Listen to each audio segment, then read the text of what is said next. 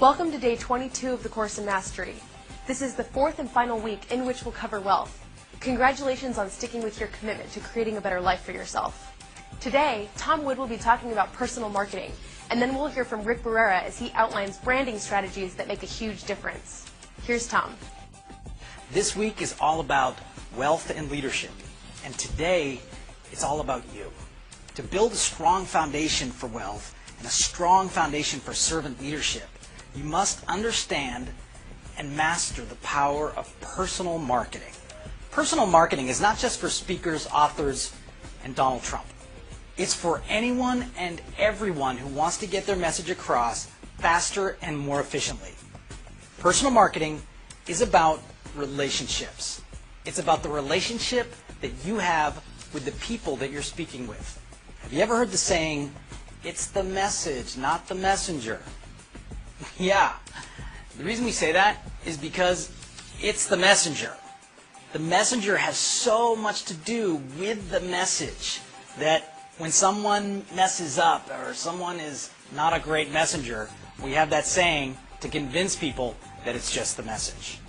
You are the messenger when you speak, and your image makes a huge difference in how you come across and what you can do. Mother Teresa was an incredible messenger. She had mastered personal marketing. Now, it wasn't just what she said, it was how she said it. Mother Teresa and her team created an image so that when she spoke, she had power. Now, the great thing about Mother Teresa is that the image was backed up. She acted with integrity. She acted in her passion and what she was truly about. This is the most important thing you can do in personal marketing, is have integrity in what you say and what you do. How would you like to have the personal marketing power of Mother Teresa, Madonna, and Mahatma Gandhi combined? Here's what the best personal marketers in the world do, and how you can become a messenger that people respect and admire. Number one, know yourself. What do you stand for? What are your passions? What do you believe in? When you are confident in yourself and in your actions, you have the incredible, powerful foundation for great personal marketing. Number two, be yourself. Don't try and be the Donald. That's his job. Your job is to be you. You know what you stand for now. You know what you believe in. Take actions that are in integrity with what you believe. People may not agree with you, but they will respect you when you act in accordance to your beliefs. Number three, be interested in people. People talk favorably about people they like, and people like people who like them. It's that simple. Number four, talk about people behind their back. I'm serious. What you want to do, though, is say positive things about them behind their back.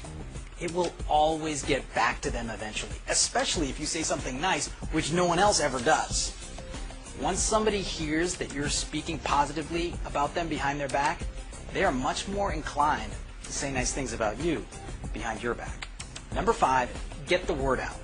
You may be amazing at what you do, but if your boss doesn't know about it, you're not going to get the raise when you need it. People have so much information coming to them from so many sources that you need to stay on top of introducing to the people closest to you and the people outside about who you are and what your image is, what you've done, and what you're about to do. Now, the best way to get the word out is have other people talk about you. But even if you can't get other people to talk about you, it's critically important that you talk about you.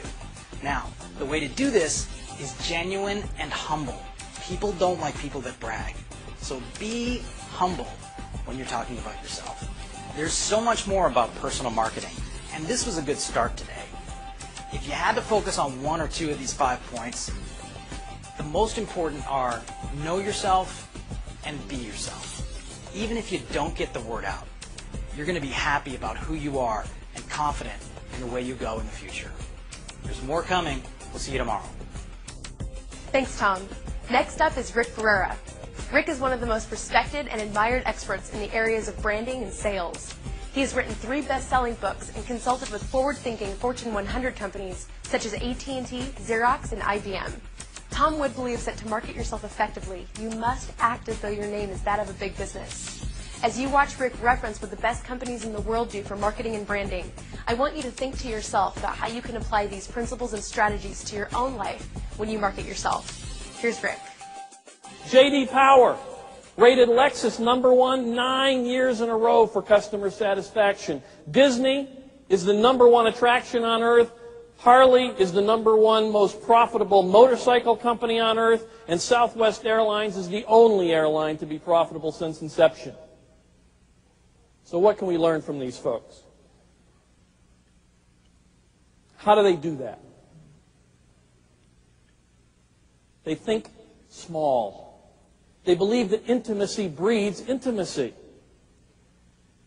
They build branded experiences for smaller groups of customers whose needs are more similar.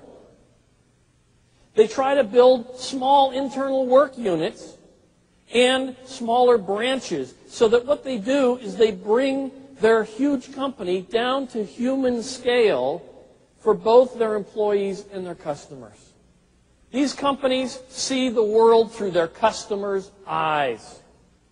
British Airways actually went out and set up a separate company, a separate office, whose job it is to work with their customers to understand the British Airways experience through the eyes of the customers, and then they come and advocate to the senior management on behalf of the customers. And they actually measure things differently. BA was measuring when the call comes into the call center, right? When we pick up the phone, how long does the transaction take? What the customer was measuring is from the time I pick up the phone and punch through all the automated menus and get switched to the various departments and finally get to the person I want and do all the reservation, the transaction, and hang up the phone. What's the total elapsed time? And that was very different, and that led them to redesign the system to shorten the total time. Lexus requires that their headquarters staff interview at least 4 customers a month, every month, so they stay in touch with their customers. These companies invest heavily, very heavily, in education. I think these numbers will astound you. USAA spends 2.7% of its annual budget on training. They have 211 full-time instructors. In 75 classrooms, they provide 16 weeks of training before an employee answers a phone. These winners demand that their highly trained frontline take responsibility for their customers' experiences. You know, there are a lot of people out there talking about empowering the front line. Empowerment means you can if you want to. These companies say, no, you better take care of the customer. You are required as the frontline person to take care of their customer. You are responsible for that customer's experience. At Ritz-Carlton, if it's under $2,000, the front line has to handle the problem. And they have the authority to spend up to $2,000 to get it handled.